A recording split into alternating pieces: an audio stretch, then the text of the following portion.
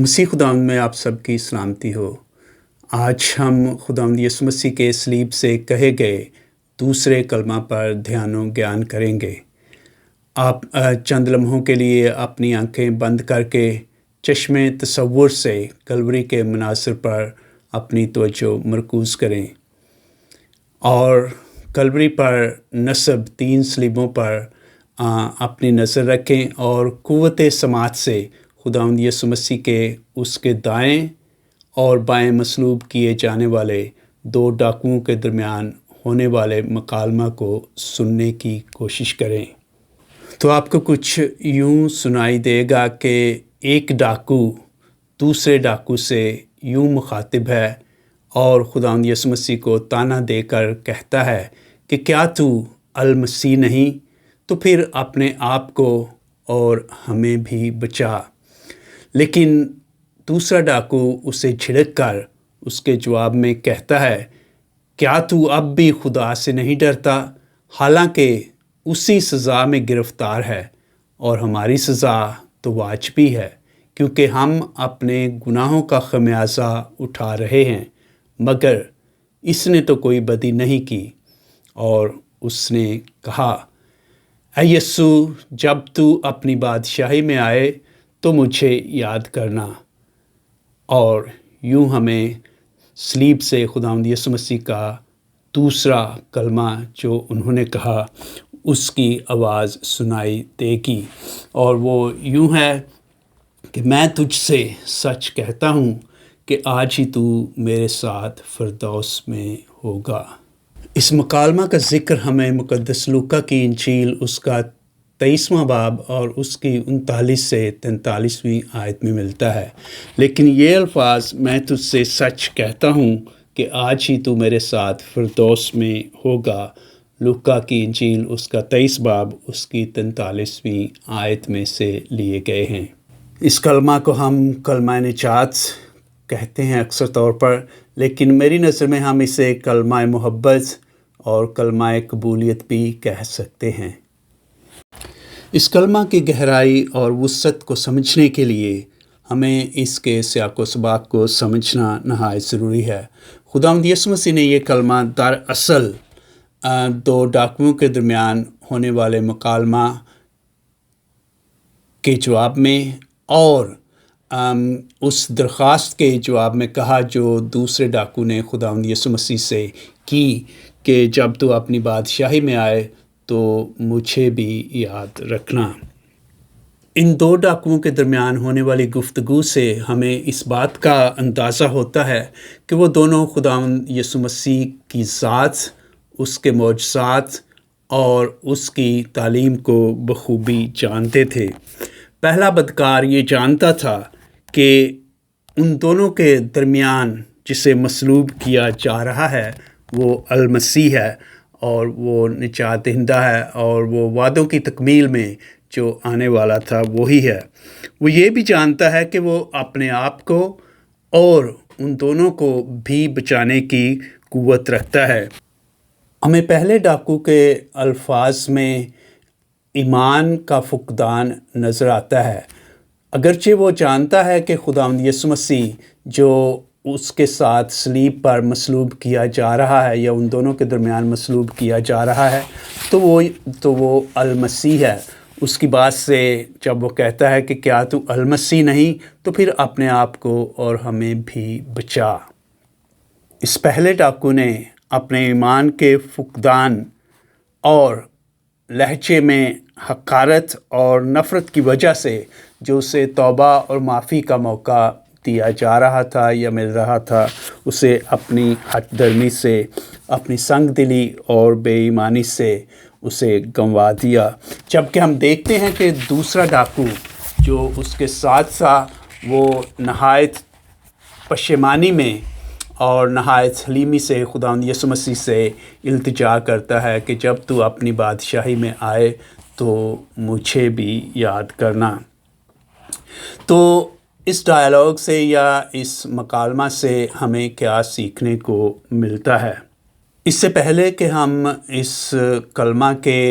الہیاتی اور روحانی پہلوؤں کا جائزہ لیں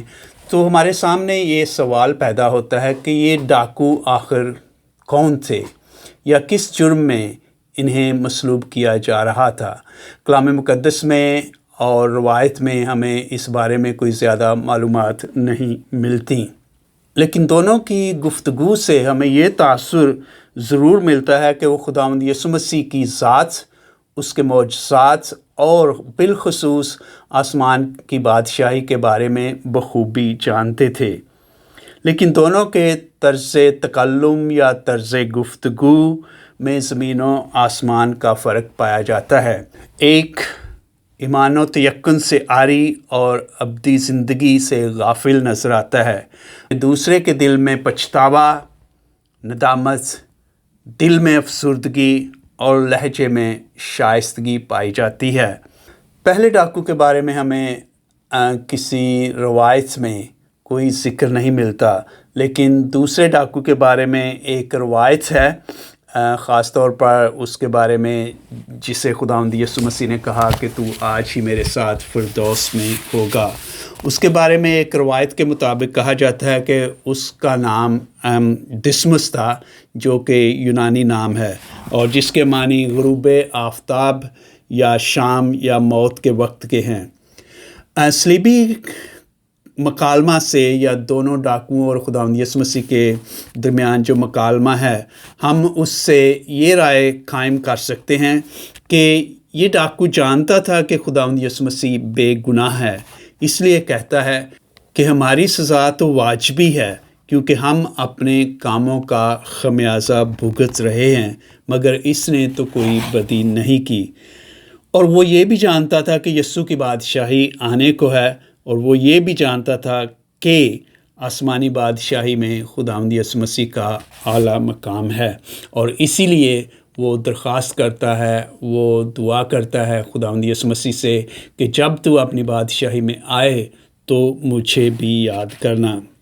اس مختصر سے پس منظر کے بعد اب ہم اس کلمہ میں پائے جانے والے کلیدی الفاظ کا جائزہ لیں گے، اور اس کے بعد ہم ان کی روحانی اور الہیاتی اہمیت پر غور و خوض کریں گے۔ میری نظر میں اس کلمہ کو بہتر طریقے سے سمجھنے کے لیے اور اس کے معنی و مفہوم کی تہ تک پہنچنے کے لیے ہم اس کلمہ کو دو حصوں میں تقسیم کر سکتے ہیں۔ پہلا یہ کہ میں تجھ سے سچ کہتا ہوں،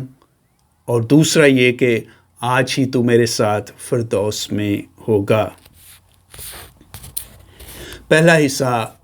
جس میں خداوند یسوع مسیح کہتے ہیں کہ میں تجھ سے سچ کہتا ہوں۔ اناجیل کے بغور مطالعہ سے یہ بات واضح ہوتی ہے کہ خداوند یسوع مسیح کوئی بھی اہم بات کہنے سے پہلے یا کوئی خاص ایمانی راز یا سچائی بیان کرنے سے پہلے اپنی بات کا آغاز ہمیشہ یوں کرتے تھے کہ میں تم سے سچ کہتا ہوں یا میں تجھ سے سچ کہتا ہوں۔ تو اس کی چند مثالیں میں آپ کے سامنے کلام مقدس میں سے ہی پیش کرتا ہوں۔ مثال کے طور پر متی کی انجیل اس کا 11واں باب اس کی 11ویں آیت میں لکھا ہے، میں تم سے سچ کہتا ہوں کہ جو عورتوں سے پیدا ہوئے ہیں ان میں یوحنا اصطباغی سے بڑا کوئی ظاہر نہیں ہوا، لیکن جو آسمان کی بادشاہی میں چھوٹا ہے وہ اس سے بڑا ہے۔ پھر اس کے بعد ہم دیکھتے ہیں کہ خداوند یسوع مسیح متی کی انجیل 18 باب اس کی 3 آیت میں کہتے ہیں، اور اس نے کہا کہ میں تم سے سچ کہتا ہوں، اگر تم نہ پھرو اور چھوٹے بچوں کی مانند نہ بنو تو آسمان کی بادشاہی میں ہرگز داخل نہ ہوگے۔ پھر متی کی انجیل اس کا 21واں باب اس کی 21ویں آیت میں یوں لکھا ہے، یسوع نے جواب میں ان سے کہا، میں تم سے سچ کہتا ہوں، اگر تم ایمان رکھو اور شک نہ کرو تو نہ صرف یہی کر سکو گے جو انجیر کے درخت کے ساتھ ہوا، بلکہ اگر اس پہاڑ سے بھی کہو گے تو اکھڑ جا اور سمندر میں جا کر گر جا تو ہو جائے گی۔ تو ان باتوں سے یہ ظاہر ہوتا ہے کہ خداوند یسوع مسیح جب بھی کوئی اہم بات کرنا چاہتے ہیں یا کوئی خاص ایمانی سچائی کی طرف اشارہ کرنا چاہتے ہیں تو اپنی بات کا آغاز یوں کرتے ہیں کہ میں تم سے سچ کہتا ہوں۔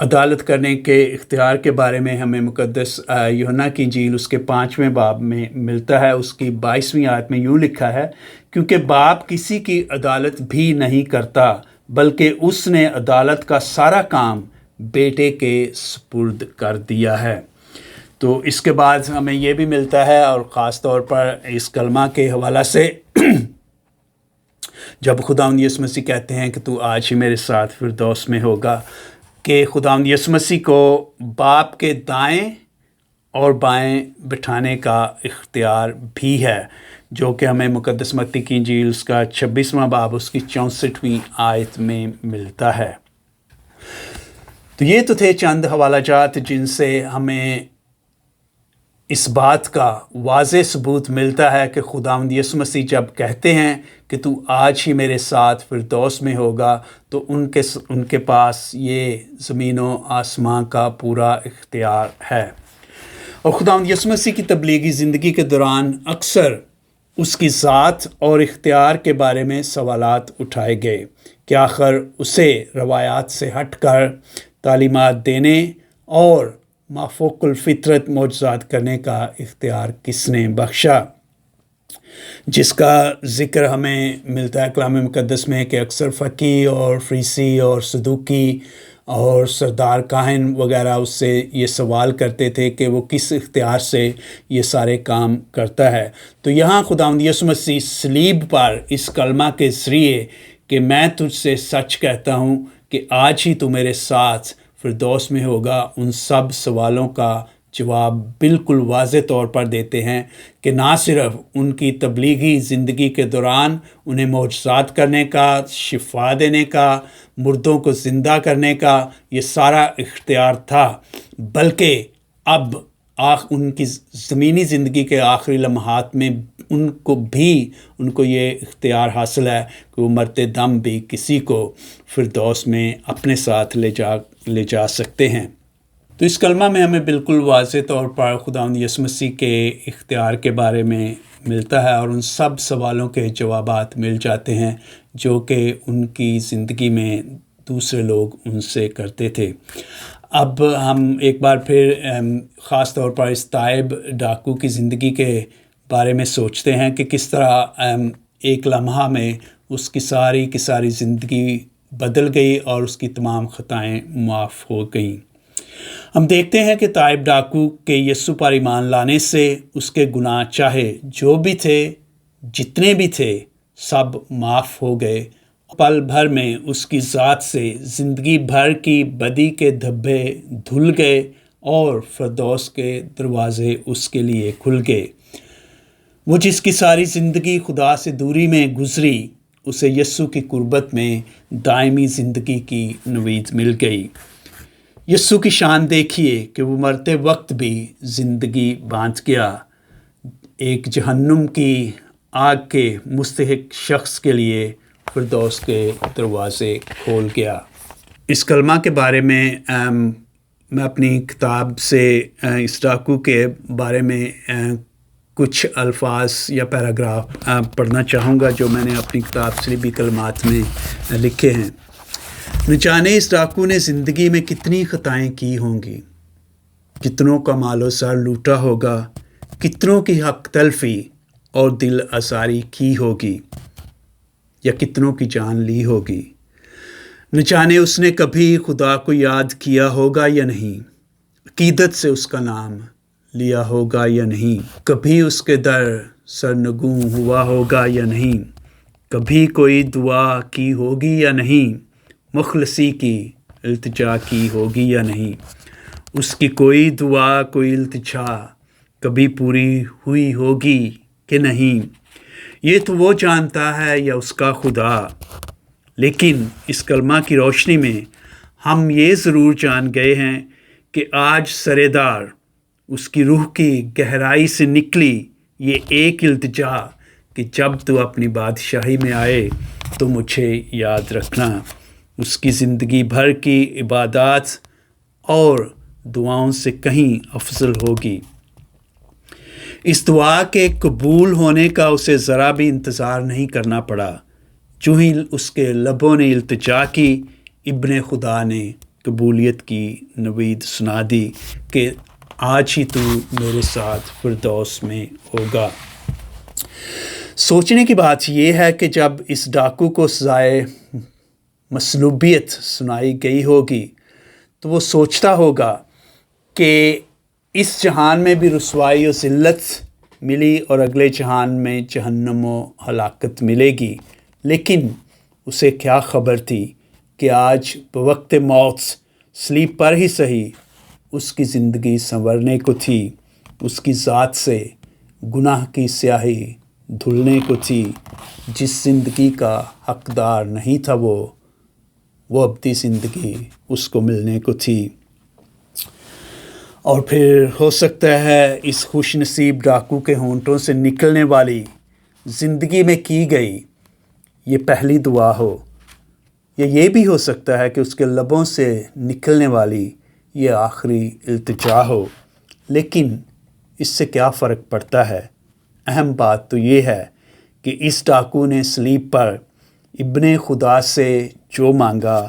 وہ پایا۔ اس نے نجات دہندہ کا در کھٹکھٹایا اور اس کے لیے فردوس کا دروازہ ہمیشہ کے لیے کھل گیا۔ اب آخر میں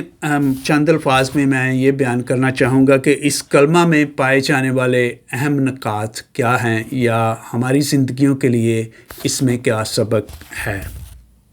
پہلی بات یہ کہ توبہ حالات و واقعات اور وقت کی حدود و قیود سے ماورا ہوتی ہے، کہ انسان کبھی بھی کہیں بھی اپنے گناہوں سے معافی مانگ سکتا ہے اور خدا اسے معاف کرتا ہے۔ دوسری بات یہ کہ خدا تائب و پشیمان لوگوں کے لیے معافی کے دروازے کبھی بند نہیں کرتا۔ جب کوئی گنہگار پشیمان دل کے ساتھ اس کی طرف رجوع کرتا ہے وہ انہیں معاف کر دیتا ہے، جیسا کہ زبور نویس کہتا ہے، زبور نمبر 103 اس کی 8ویں سے 10ویں آیت تک۔ خداوند رحیم اور مہربان ہے، وہ طویل الصبر اور نہایت شفیق ہے، وہ ہمیشہ کے لیے خفا نہ رہے گا اور نہ ابد تک جھڑکتا رہے گا۔ وہ ہمارے گناہوں کے مطابق ہم سے سلوک نہیں کرتا اور نہ ہمارے جرائم کے مطابق ہمیں بدلہ ہی دیتا ہے۔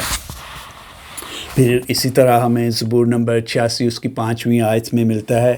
اس لیے کہ تو اے خداوند نیک اور غفور ہے اور اپنے تمام ملتجیوں پر نہایت رحیم ہے۔ پھر تیسری بات اس کلمہ میں جو اہم ہے وہ یہ ہے کہ یہ کلمہ بعد از موت زندگی کے بارے میں پائے جانے والے تمام شکوک و شبہات کو دور کرتا ہے اور اس بات کی یقین دہانی کرواتا ہے کہ اس زمینی زندگی کے بعد بھی ایک زندگی ہے، اور یہ ان تمام لوگوں کے سوالوں کا جواب ہے جو خاص طور پر جو ملحد ہیں یا ایتھیسٹ ہیں اور جو بعد از موت زندگی کے بارے میں اکثر سوالات کرتے ہیں اور شکوک و شبہات کا شکار ہیں کہ شاید اس زندگی کے بعد بھی کوئی زندگی ہے یا نہیں، یا جو زندگی ہے وہ یہیں پر ہے، جو آپ نے کرنا ہے یہیں کر لو، اس کا آپ کو اجر بھی اور اس کی سزا بھی یہیں ملے گی۔ لیکن خداوند یسوع مسیح کا یہ کہنا کہ آج ہی تو میرے ساتھ فردوس میں ہوگا، اس بات کا واضح ثبوت ہے کہ اس زندگی کے بعد بھی ایک زندگی ہے۔ اور اس کلمہ سے یہ بات بھی ہم پر واضح ہوتی ہے کہ خداوند یسوع مسیح پر ایمان لانے والوں کی زندگی ختم نہیں ہوتی بلکہ بدل جاتی ہے، اور اس پر ایمان رکھنے والے ہمیشہ کی زندگی میں منتقل ہو جاتے ہیں اور ان مکانوں کے مکین بنتے ہیں جو ہمارے نجات دہندہ خداوند یسوع مسیح نے خود اپنے برگزیدوں کے لیے تیار کیے ہیں۔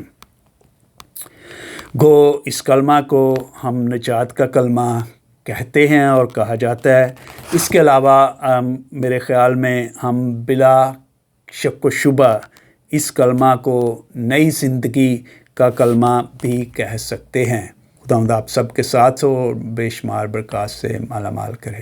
آمین۔